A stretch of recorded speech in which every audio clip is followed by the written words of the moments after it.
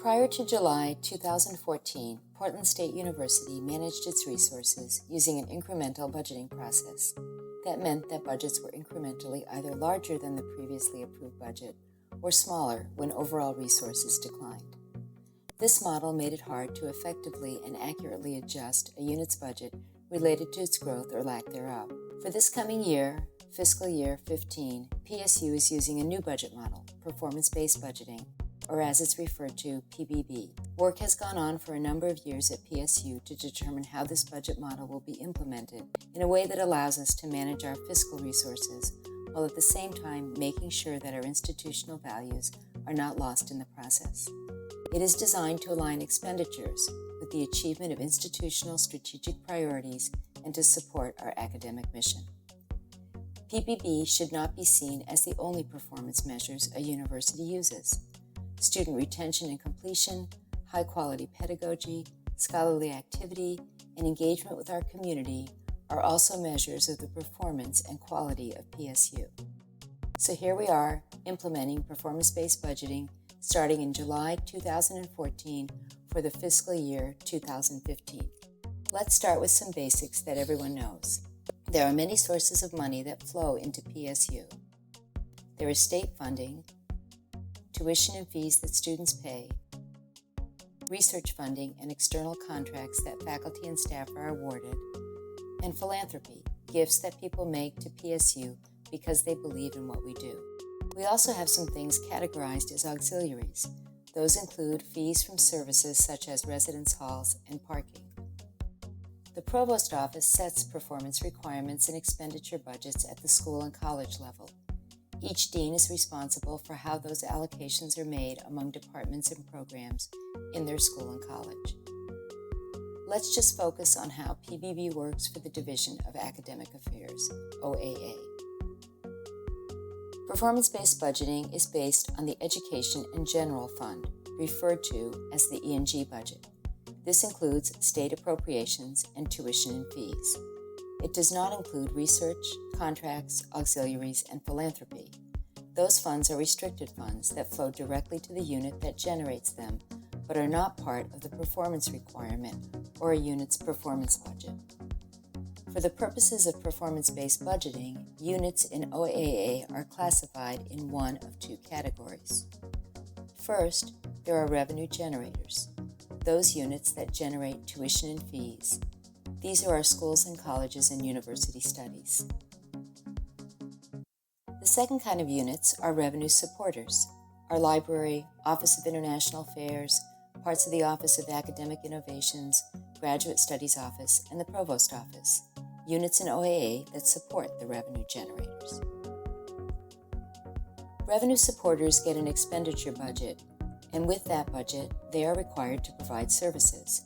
For example, the library has an expenditure budget of approximately $9.5 million for fiscal year 15. They will use that budget to buy electronic subscriptions, books, pay their library faculty and staff, run computer labs, and the reference desk.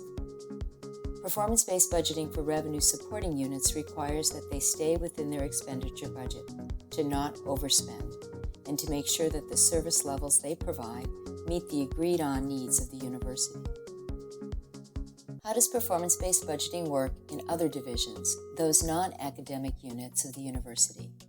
Since those units are all revenue supporters, not revenue generators, they do not have a requirement for how much revenue they need to generate. They do, however, have a requirement that they cannot exceed their expenditure budget, and in fact, are directed to produce a certain level of savings and expenditure reductions through efficiencies. For FY15, all revenue supporters were required to make reductions in their expenditure budgets. Revenue generators have two components. The first is the revenue they are attributed to from tuition and fees paid by students and our state appropriation. In performance-based budgeting, that is called their revenue requirement, how much money they need to generate. Keep in mind that every student credit hour is not the same in terms of revenue. An in-state student pays less than an out-of-state student. Graduate students pay more than undergrads. There is differential tuition for some programs, and some students have remissions. The second component for revenue generators is their expenditure budget, how much they can spend. It is important to note that what is not included in the revenue requirement is money, direct or indirect, from research, nor money from philanthropy. Those dollars go to units but are not part of PBB funding. PBB for revenue-generating units is the relationship between the revenue they generate and the amount units can spend, their expenditure budget. For PBB to work, the university as a whole must have its revenue and expenditure budget balance one another. However, PBB does not require that every unit do so it's not every tub on its own bottom.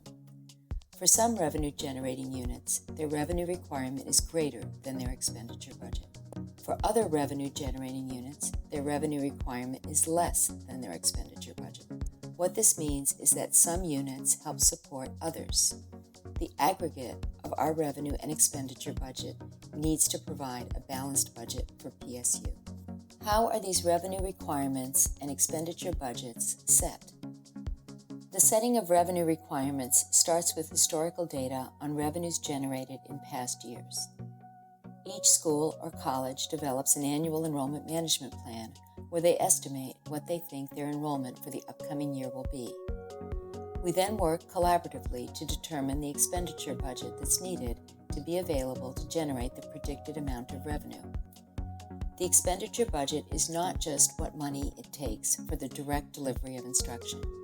We also factor in other activities that need to be covered by the expenditure budget that are not revenue-generating activities, such as unfunded faculty research, advising, and department and school college administration. The model recognizes the interconnectedness of all units within OAA. As one school or college's revenue increases, that could mean that the subsidy it needs goes down, and the units that were previously providing the subsidy have less of a subsidy to provide. PBB can easily accommodate interdisciplinary collaboration, making it possible for multiple departments to team teach and collaborate on curriculum. It does so through allowing for commensurate adjustments in revenue requirements. So what can go wrong with the model? For one, we can overestimate revenue, the amount of tuition and fees paid by students. This is not good because that means that the university will not have enough money to cover its budget. We can also underestimate the revenue potential of a unit. That is also not good because it means that we might not have given them a large enough budget to fulfill the demands placed on them by growing enrollment. We can also make the mistake and become revenue-driven, setting up a competition amongst units striving to generate more revenue. We can also be so revenue-driven that we forget the important things that we need to fund, such as faculty time for research, high-cost programs, and student services. To prevent a number of these bad things from happening, we need to do careful marketing and use analytical tools to estimate revenue. We need to use strategies that help with student retention. We need to understand how much of a unit's expenditure budget needs to go to revenue generation and how much needs to go to support other activities. And we should never lose sight that the revenue performance requirement is a dollar figure. We as a university must always be thinking of the outcomes we wish to achieve on community engagement, academic quality, impact on scholarly activity, and the like. What happens when a school or college exceeds its performance requirement?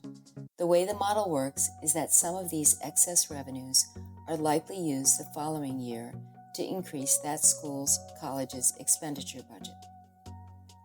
What happens when a school or college does not meet its performance requirement? The way the model works is that there is a likelihood that the following year there will be a decrease to that school's or college's expenditure budget. This short video is designed to provide some of the rudimentary basics of PSU's performance-based budgeting model. As we go through this first year, we will continue to refine the process. There is more information about performance-based budgeting at the Finance and Administration website. And for units in academic affairs, please do not hesitate to contact the Provost Office if you have questions, need more information, or have comments.